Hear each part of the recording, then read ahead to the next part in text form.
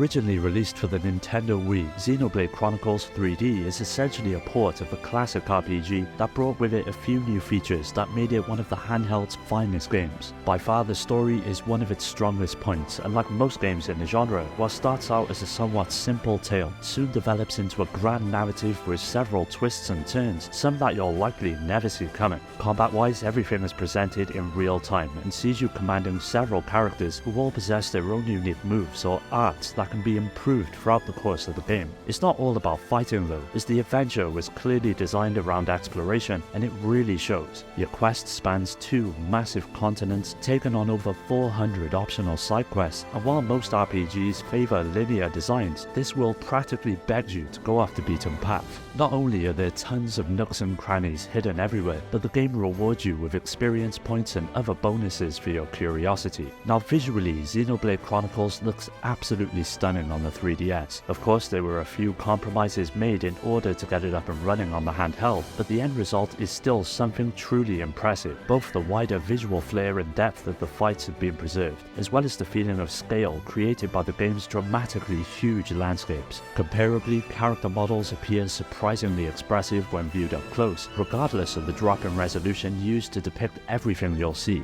What really hits it home though is the rock-solid frame rate that allows you to immerse yourself in the action and the beautiful world that Monolith Soft created without being constantly pulled out thanks to a choppy presentation. This is without a doubt the gold standard when it comes to RPGs on the 3DS.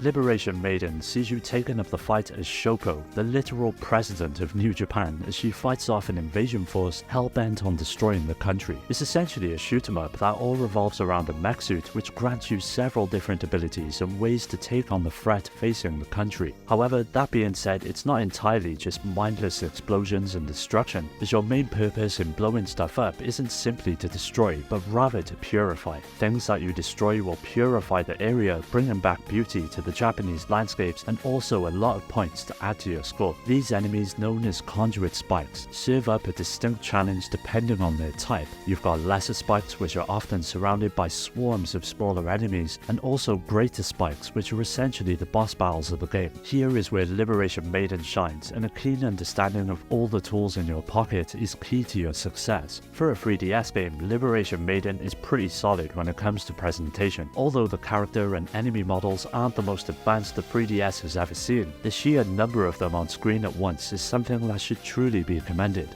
Wave after wave of enemies will come your way and fill the screen with explosions and lasers to the point of complete insanity, but the fact that there is hardly any slowdown at all is what makes this so incredible. Adding to the visual makeup of the game are the beautiful anime cutscenes which portray the story and complement the overall gameplay, only adding to the stunning appeal of Liberation Maiden. If you've never got round to playing it back in the day, this is one game that's worth your time.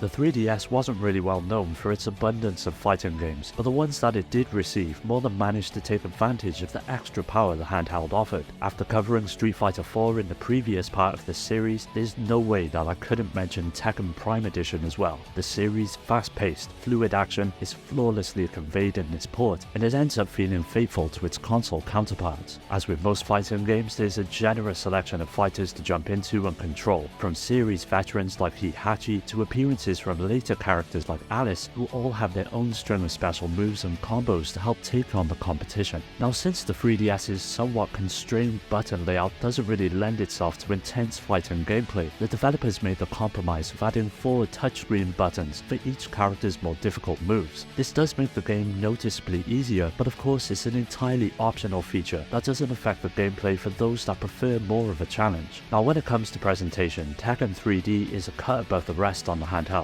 Of course, the most notable aspect of the visuals are the character models themselves, which boast an insane amount of detail, from their fluid animations to the various facial expressions that accompany their actions. This same attention to detail is afforded to the backgrounds that range from sun-drenched mountains to the frantic lightning-fueled temples of the latest stages. This is all brought together with a solid 60 FPS count that's consistent with or without the 3D slider turned on. All things considered, this is among the more visually appealing games on the system, and a great example of its 3D capabilities. The Mario RPG series began way back in 1996 on the Super Nintendo, and ever since then the core concept has evolved into several different iterations. The plot of Dream Team centers on our favorite brotherly duo, together with the princess and a few toads who receive an invitation to a resort for some well-deserved relaxation. Of course, it's not long until everything goes south, and an ancient evil that has been sealed away is released and plans to take over the world. It's your job to jump into the dreams of Luigi, as well as take on the threat in the real world to ultimately save the day, as you platform, battle enemies, and find things you need to solve puzzles with. Now, Dream Team is one hell of a looker and has an overall impressive presentation. The models for Mario and Luigi, as well as the various other cast members such as Princess Peach and all of the different enemies, look very sharp and expressive, and the environments are colourful, crisp, and pop out at you when you have the 3D slider turned up. This is especially noticeable during the dream sequences, where the perspective is changed to a side-scrolling view and the 3D effect takes front and center. Various elements constantly surge into the foreground and actually play into several mechanics that the game sets up for the player to utilize. Because of this, the 3D effect becomes an integral part of the adventure, instead of just feeling like a glorified gimmick. But it's during battle where the graphics truly steal the show. With the several attacks you can perform as either Mario or Luigi, there's a slew of incredible effects that accompany your every move that manage to add a real weight to every action you carry out. Overall, Dream Team is a great entry in the Mario RPG series and more than deserves your attention, especially if you're looking for something new to play on the handheld. When it comes to racing games, the 3DS was no stranger to quality titles. With the likes of Mario Kart 7 and Ridge Racer 3D, there was more than enough to satisfy any fan's appetite for speed. But when it came to the most graphically impressive, it had to go to Need for Speed The Run. It's very much a toned-down version of the home console release that manages to retain many aspects of it, albeit presented in a way that benefits the handheld setup. When it comes to gameplay, rather than being a traditional racer and offering up tracks to race around, it instead sees each race taking place from one point to the next on the map. But you'll not always be in a straight race to the finish each time you start a level. For example, in one level, your only goal might be to evade the cops while trying to reach the finish line, and in another, your goal might be to locate checkpoints before the timer runs out. There's plenty of variety when it comes to objectives, which really helps the game from becoming stale. On the graphics front, this is where the run truly comes into its own though. Each car is modeled to a good degree, with destructible damage also having plenty of variation depending on where you've been hit. The most impressive aspect though are the environments, which are made up of vast landscapes, such as mountainous regions and cities that look gorgeous each and every time you drive through. Beyond this is the weather, and especially the rain, that gives off a nice amount of reflections and particle effects that add a nice amount of realism to each action you take on the road. Overall, the run is by no means the best racer on the 3DS, but it's definitely one for racing fans to check out if you're looking for a new racer to jump into on the handheld. Ace Combat has long been one of the best series when it comes to aerial combat games, and even though Assault Horizon deviated from the tried and tested formula, it still presented a pretty robust experience that any fan of the franchise could jump into and enjoy. It's essentially a remake of the second game, but includes the at the time new lock-on mechanic from the console release that brought a new dimension to each enemy you engage with. As with most entries, everything is split up into various missions for the player to undertake that range from dogfights to bombing runs and several special objectives that serve to add an extra amount of challenge to overcome. Naturally, there's a bunch of planes to use and unlock, as well as a pretty hefty selection of weaponry to help get the job done. From the standard machine guns to more exotic options like experimental laser systems that spice up the gameplay in creative ways. Of course, the standout feature of Assault Horizon is without a doubt its visuals. The stereoscopic 3D is simply amazing, especially the cockpit view, and makes the aerial encounters all the more engaging. Sure, some of the ground textures aren't exactly the best when you're up close, but everything else, from the environments to the special effects like explosions to the sun hitting the ocean as you dodge and weave in and out of combat, looks incredible on the small screen. Complementing this are the planes themselves, which are lovingly detailed and match their real-life counterparts perfectly, and to top it all off, everything is delivered at a respectable speed, with the frame rate holding steady throughout with only slight drops once the action wraps up. If you're looking for a game that's easy to jump into and play in short bursts, then Ace Combat on the 3DS would make for a perfect choice.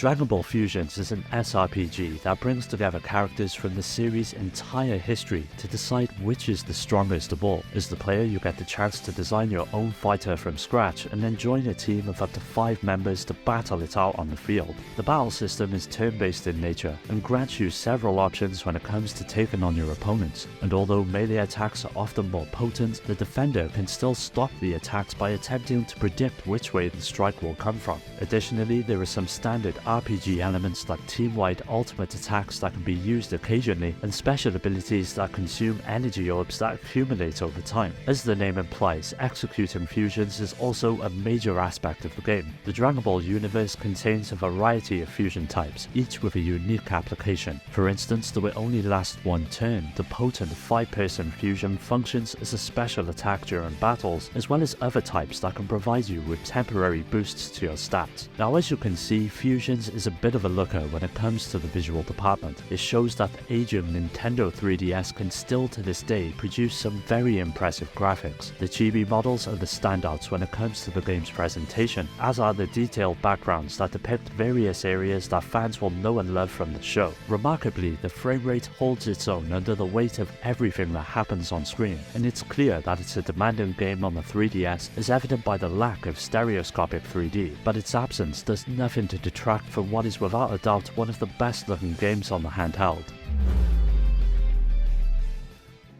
It's no secret that Pokemon is the clear leader in the monster collecting game genre, but Dragon Quest, another popular Japanese series, has consistently released 6 main monster games over the years, along with numerous remakes and improved versions. This 3DS sequel takes all of the best qualities of those games and expands upon them in many ways that ultimately make it one of the best entries in the spin-off franchise. Set amongst the clouds across several islands suspended in the sky, the story is rather understated and is by no means one of its better qualities, but instead it's the various interactions you have with many of the NPCs that occupy the world which stand out. Solving their problems and getting to know the locals provides much of the game's charm, but in all honesty, most players won't be playing this for the story, but rather for the monsters themselves. Dragon Quest monster games aren't just about catching them all, however, but rather to synthesize them all. It's very similar to the demon fusing concept you'll find in SMT games, with many of the monsters only being able to be acquired through the mixing of various others. With plenty of variety and a pretty decent turn-based battle system in play as well, Joker 3 is no slouch when it comes to providing hours of compelling gameplay. The same can be said for the impressive visuals that really push the 3DS's capabilities. Everything is portrayed in a gorgeous cel-shaded style that allows each and every monster, environment and character to burst into life. From the sweeping countryside to the darkest corners of the deepest caves, it's a gorgeous, vibrant experience that's only catapulted forward by the inventive monster designs. Although there's no 3D effect to be found in the game, the sheer amount of creativity throughout more than makes up for it. When it comes to licensed games based on movies, it's usually hit or miss, and in the case of The Amazing Spider-Man on the 3DS, it's a bit of a mixed bag. Instead of following the events of the movie though, the game picks up after the end credits of the film, and sees Spider-Man fighting an outbreak of a deadly virus in a race against time to find an antidote. Now the biggest flaw with the game is how it's set up, as instead of seamlessly travelling through the world like many other games in the series, the player is confined to a sort of hub area where the levels that make up the experience can be selected. This is a stark contrast to the console versions, and on one hand it's understandable why the change was implemented, mainly due to wanting to offer up a more bite-sized experience for the handheld, but on the other hand it feels like a huge missed opportunity of giving the fans what they actually want. Even though this aspect lets the game down, visually there is no denying that The Amazing Spider-Man is exactly that, amazing. Even though performing extraordinary acrobatic finishing moves and soaring through the air is already pretty impressive, the 3D effect offered by the handheld really makes them much more so. As well as generally improving almost everything, the added depth makes Spider-Man's every move come to life, and this is especially true of the larger environments and major boss encounters, which include some incredibly cool and dramatic scenes that help give the game a cinematic feel and quality. Although it's by no means an example of one of the better games on the 3DS, when it comes to graphics, there's no denying that the game succeeds, if only that same amount of effort had been put into the actual gameplay itself. Shin Megami Tensei 4, probably the deepest, most mature and challenging role-playing game on the 3DS, received a new story with new protagonists and a lot of different features with Apocalypse. In reality, it could be considered a kind of second campaign for SMT4, but can still be enjoyed without any knowledge of the prior release. This time around, you take on the role of Nanashi, who's brought back to life with the simple goal of becoming a godslayer and obeying the orders of the deity who has given him a second chance. Of course, as with any RPG, battles are a huge part of the adventure, and Apocalypse presents a turn-based system which sees you utilizing various demons and their abilities that you've caught throughout the game. Very much like its predecessor, Apocalypse feels fairly ambitious in what it tries to accomplish visually, and does a good job of bringing a ruined Tokyo to life. The city looks suitably grim, while the towns, all of which are repurposed subways, are surprisingly visually distinct. The added effect of the stereoscopic 3D is what really sells the visual makeup of the game. Part of this is just in how beautifully bleak the environments are, but the depth is also quite impressive, making the effects of cutscenes, large dungeons and boss battles something to behold. Now for some, the fact that the demons you come up against are only represented by 2D sprites might be a bit of a turn-off, but what makes up for this is the brilliant way they're all designed. There's a near endless amount of them as well that keeps each and every battle just as engaging as the first. If you're looking for an SMT game to get into on the 3DS, this is the best of the bunch. Well, that does it for today's video. Keep an eye out for part 4 as that will be coming up soon. So don't forget to subscribe and hit that bell to get notified about new videos that release every Monday and Thursday. You can follow me on all of the socials which are linked below to stay up to date and take part in giveaways, and also join my growing community on Discord to meet many like-minded gamers to continue the conversation with. I'd like to give a special shout out to my Patreon supporters Rhino, Skilljin, Shudeng, Richard, Amy, Daniel, Dio, Omar, Strider, Pierre, Carl, Awesome Jacket Dude, Maximus, Scott, Alfred, Terry, Ryan, Alex, GameCube Galaxy, Curse Salaryman, Paddy J and Fake for their continued support that helps make these videos possible. If you're interested in joining my Discord or supporting the channel through Patreon, you'll find all of these links down below. As always, thanks for taking the time to watch the video. I'll catch you next time.